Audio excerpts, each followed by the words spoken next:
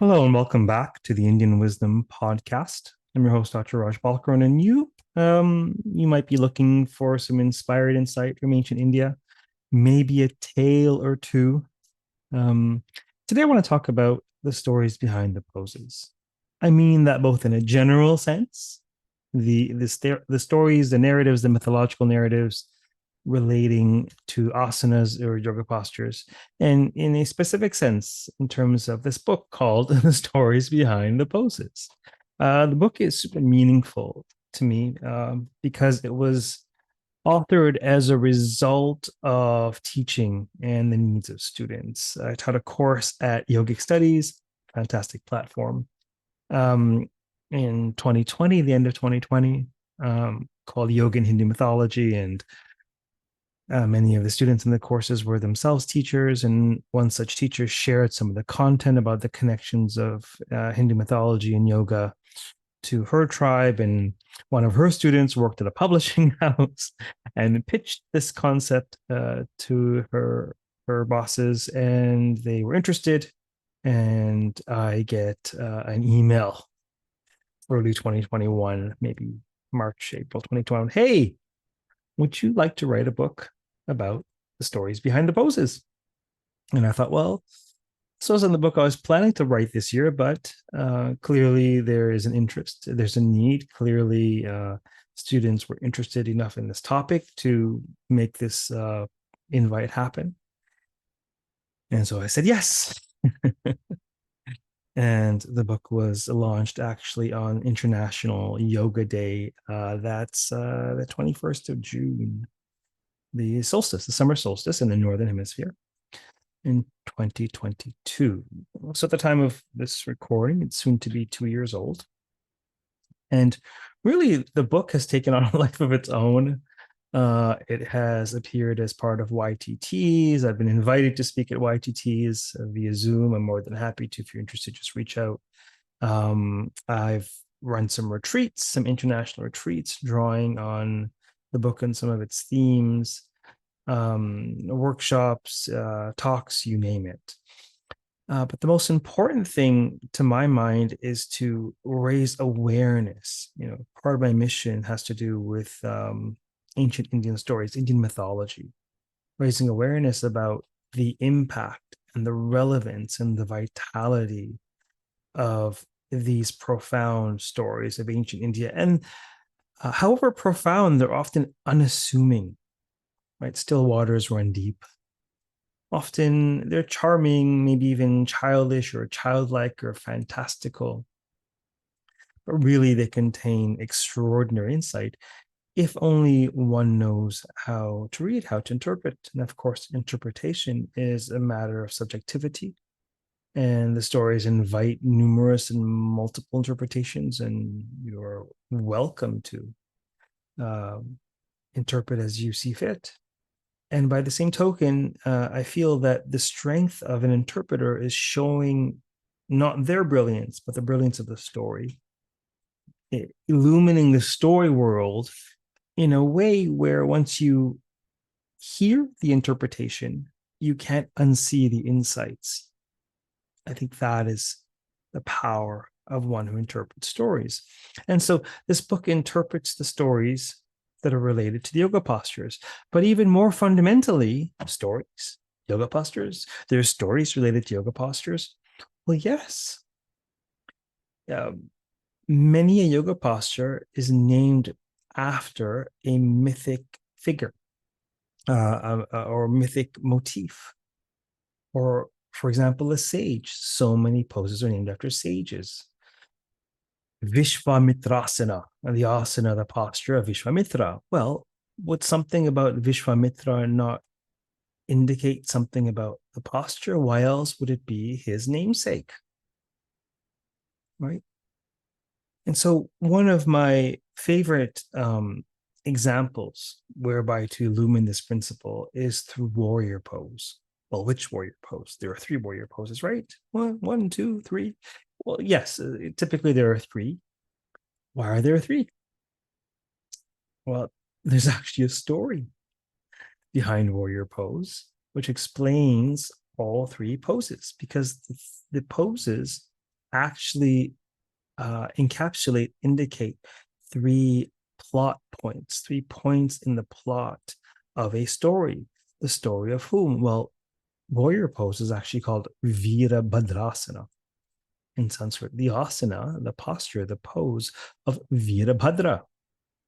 Not just any warrior, but a warrior named Vīrabhadra, a very specific manifestation of Shiva for a very particular purpose.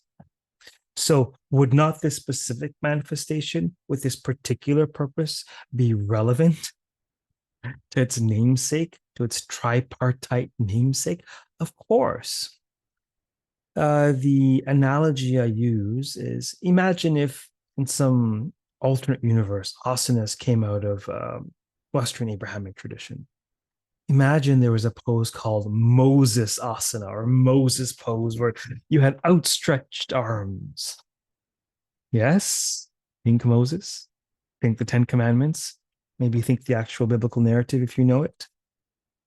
What's one of the seminal features of the biography of Moses?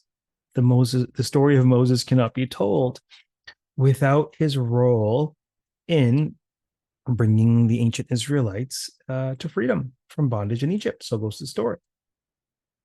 And a pivotal moment is when he parts the Red Sea.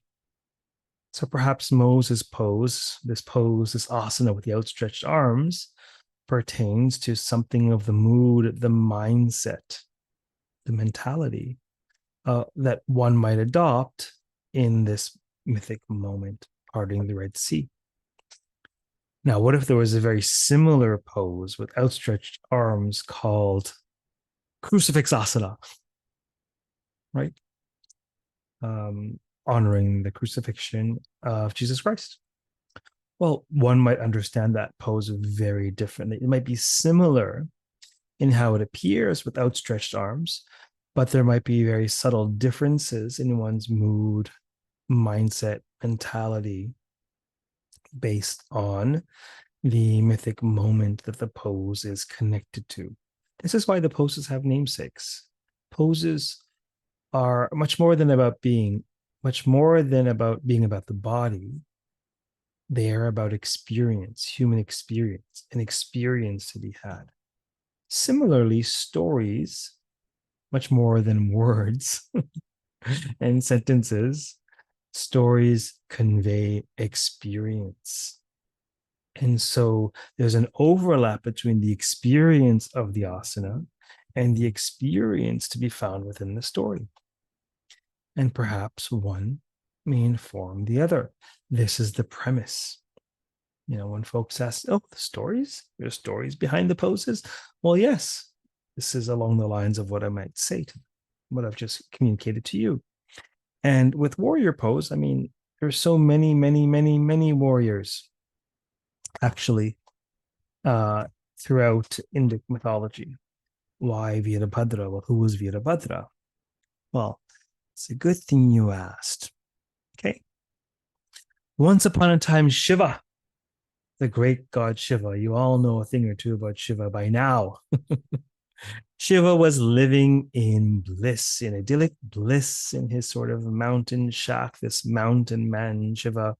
He was living in this romantic, charmed life with his consort Sati, Shiva and Shakti, right? Sati was his partner. Okay. But there's a really interesting story about how Sati became his partner. You see, Sati had admired Shiva for some time. She was quite enamored with this mountain man, however rugged, right? She came from a very hoity-toity sort of upper crust background. And her father, Daksha, was very, very proud of his heritage, of his Vedic heritage, of his social standing. And so when his own daughter fancied this mountain man, he wasn't really going to have it. You know, why not pick somebody more civilized? Someone who's gone to the proper schools, has the proper breeding, etc., etc., etc. But Sati's heart beat for Shiva alone, right?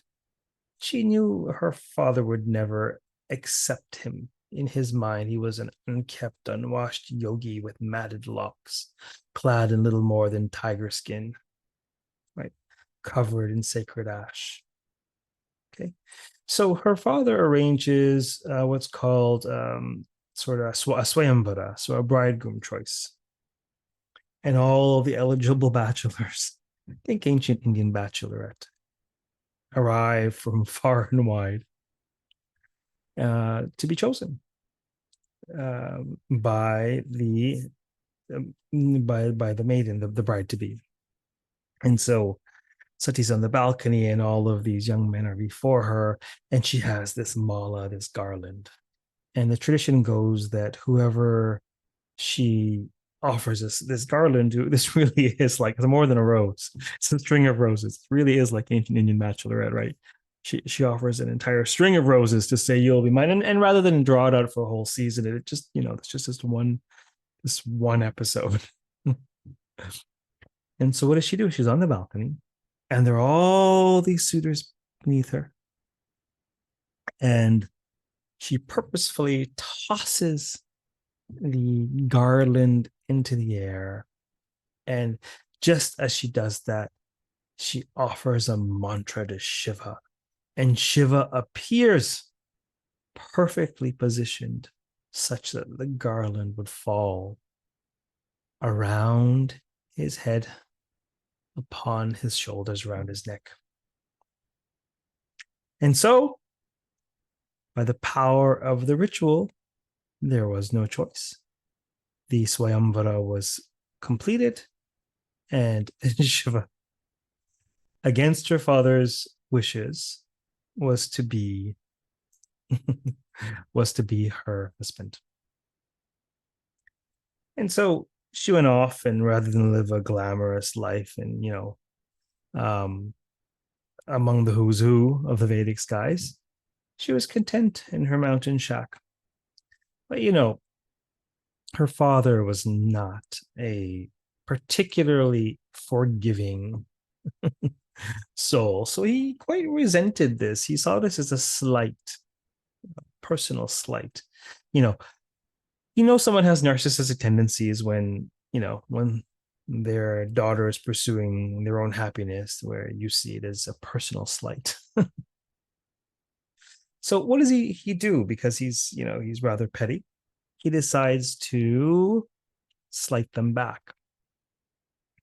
So he decides to hold a huge gala affair, huge Vedic sacrifice, and in fine style, and he invites everyone to attend except his own daughter Sati, and of course his mountain shack abiding yogi matted hair son-in-law Shiva.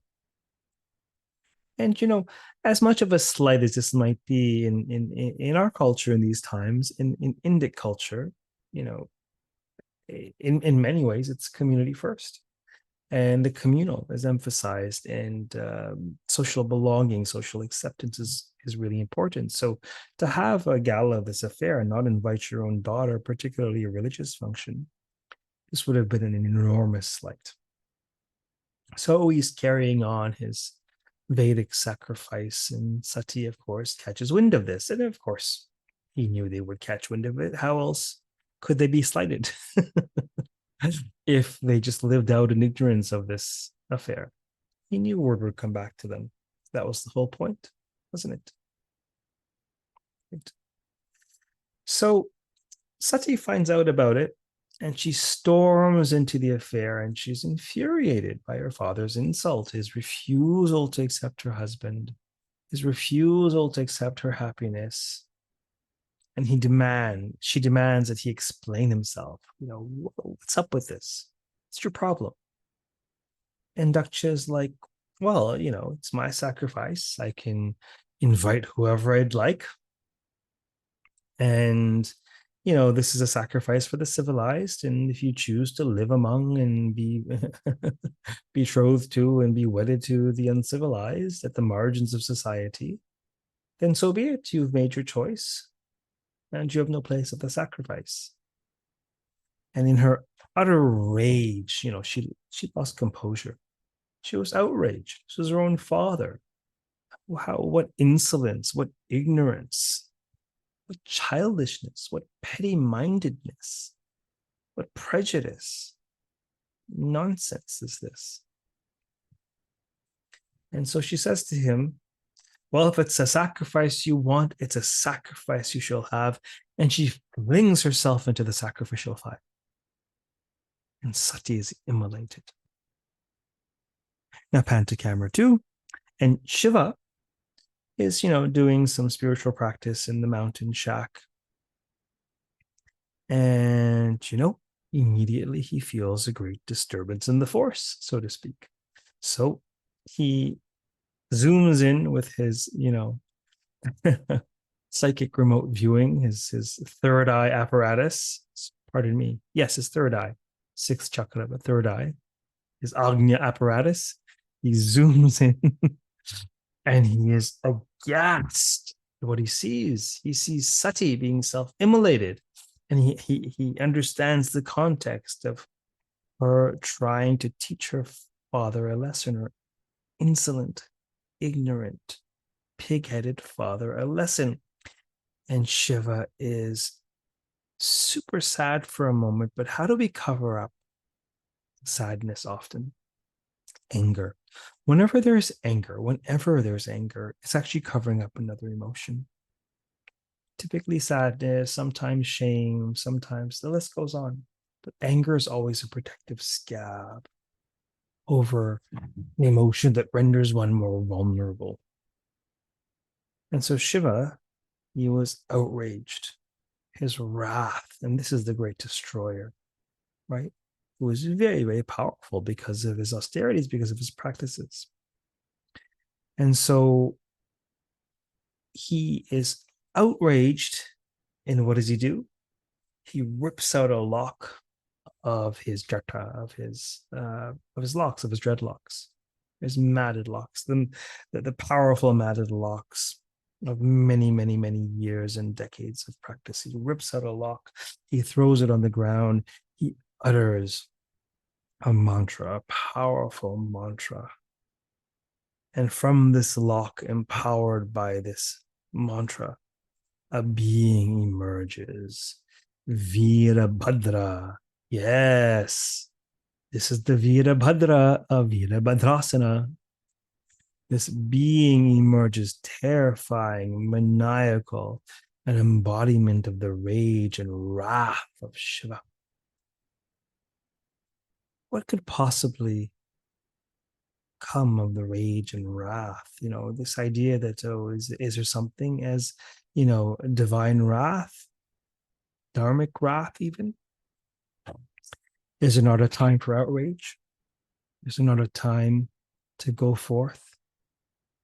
Is there not a time when folks need to be taught a lesson? How do we fight great tamas, great darkness, great ignorance? This is how. There's a time and there's a place.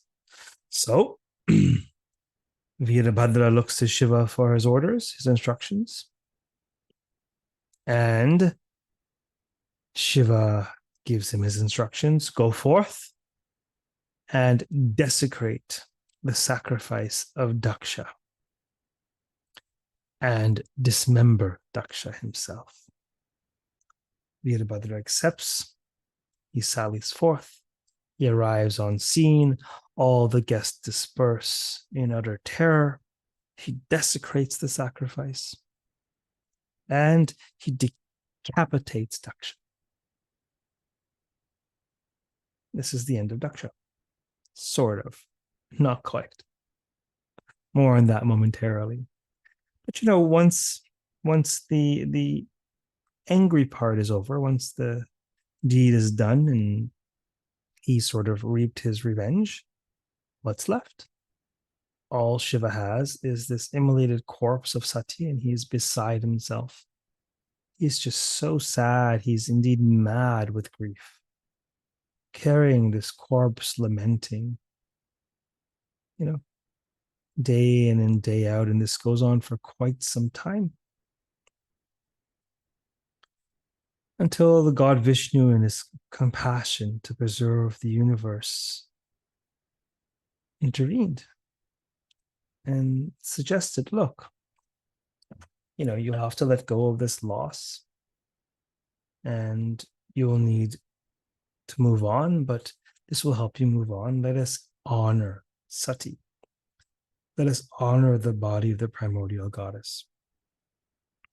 And so let us scatter her ashes across the land.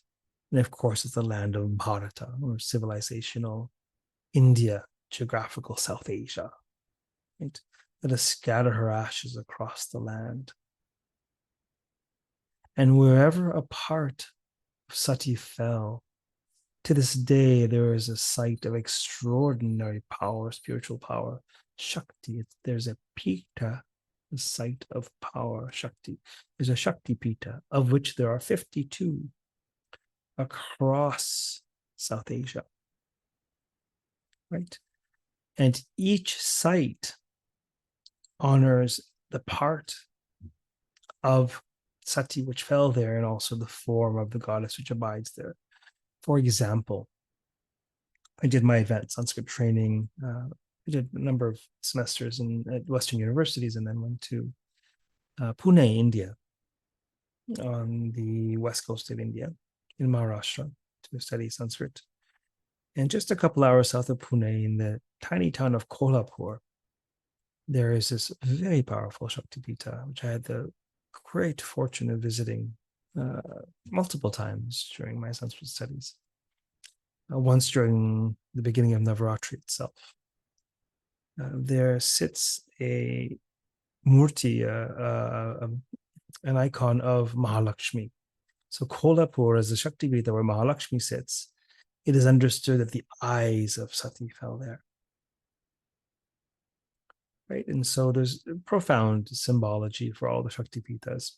But this is the story of how the Shaktipitas came into being through the scattering of the ashes of the dismembered Shakti of Shiva, the feminine consort energy power of Shiva, Sati.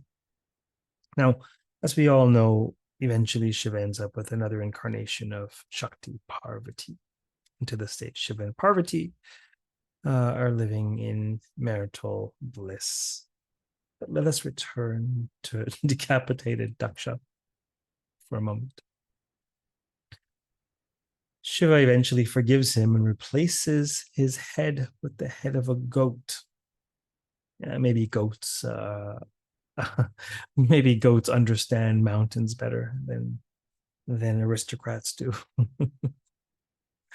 Who knows? There's some symbology of the goat as well, of the goat head. But anyhow, this is the story related to warrior pose. So warrior pose activates this energy of intense forward moving motion. You're set to do something difficult. The three warrior poses, the three poses relate to one. Warrior one is Vīrabhadra, having just been created, taking his orders from Shiva. Okay.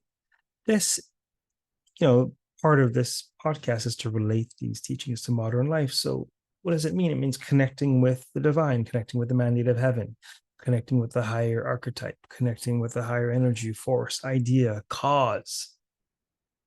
Whether you're a yogi or a soldier, you're lost without a higher power, a higher cause. And so warrior one is connecting with the higher purpose. Warrior two is sallying forth to accomplish your aim. Warrior three, boom, cracking the coconut, decapitating Daksha.